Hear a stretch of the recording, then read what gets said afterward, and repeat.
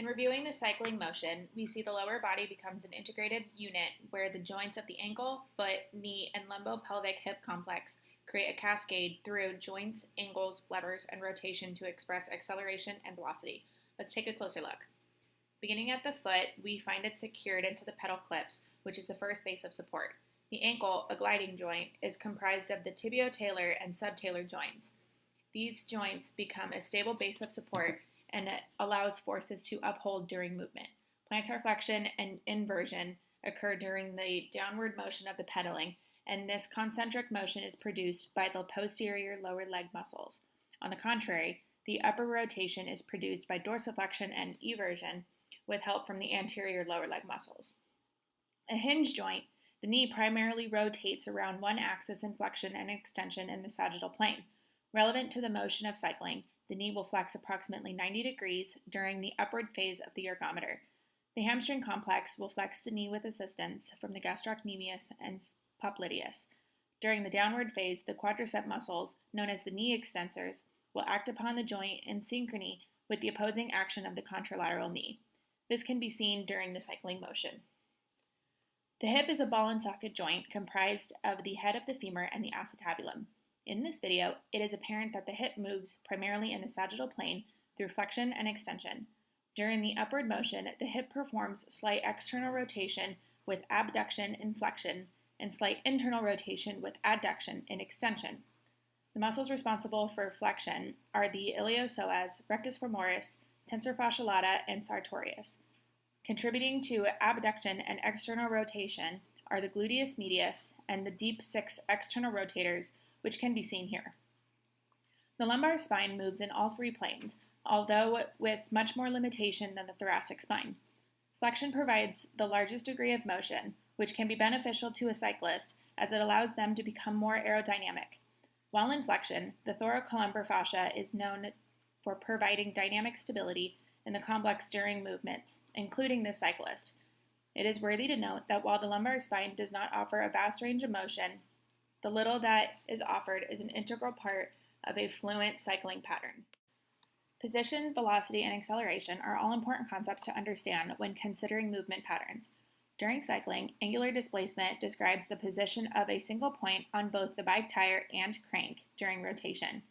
As the pedals and wheels start spinning, the point then rotates in a circle to reach one full rotation.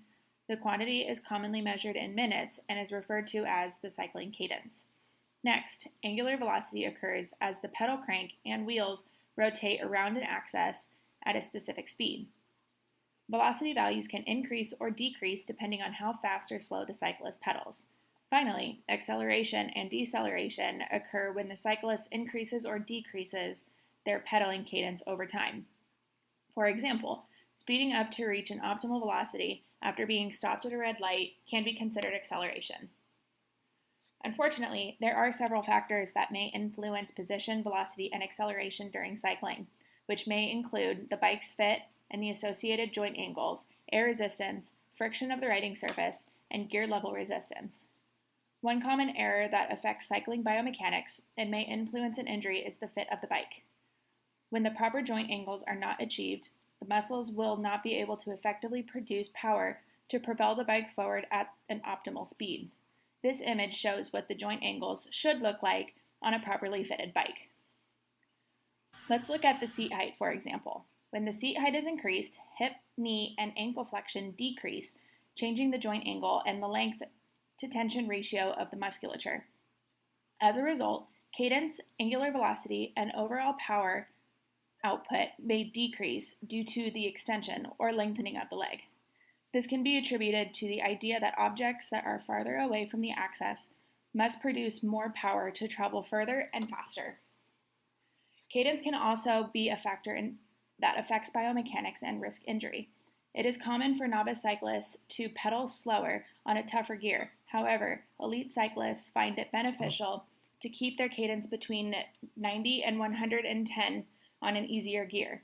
By doing this, the cyclists are able to ride longer at a faster velocity by initiating slow-twitch muscle fibers. Overall, the fit of a bike and cadence are important factors to examine when considering the efficiency and risk injury of the lower extremity during cycling. Newton's three laws of motion can be applied to the cyclist. Newton's first law, or Newton's law of inertia, explains that mass is proportional to inertia. Therefore, the larger the mass, the more difficult it is to change the object's state of motion. In order to keep moving forward, the cyclist is constantly using Newton's law of inertia to keep a continuous velocity, or the bike would stop and the cyclist would fall over. The cyclist's feet are applying force and mass to the pedals, which creates the bike's inertia to move forward. Newton's second law explains that force is equal to mass times acceleration. Thus, as the cyclist applies more force to the pedals of the bike, the acceleration of the bike is increased. This will help if the cyclist wants to go faster to increase their speed. If the cyclist wants to come to a stop or slow their speed, they will apply less force to the pedals, decelerating the bike. The contact between the tires and the ground is an example of Newton's third law of motion. As the cyclist pedals, the force pushing up against the cyclist is the ground reaction force. Reaction force is an important part of Newton's third law. In order to propel the bike forward with the greatest force, the cyclist has to apply the greatest force against the ground. The cyclist's body and their force of the feet pushing on the pedal is the same amount of force that is being pushed back from the ground. A common error against cyclists is improper muscular activation. Novice cyclists will think that using only the quadriceps will propel the bike forward, rather than utilizing the entire lower extremities. Proper pedaling technique is a rotary motion. It is not just the use of the quads to push the pedals downward and resting on the way up. As one leg is pushing down and around, the other leg is pulling up and around to create the rotary motion. Body position of the cyclist will also improve technique for performance or prevent injury. Upper body segments of the cyclist can influence the control of the lower limb movement. The cyclist needs to have proper head, neck, and trunk alignment.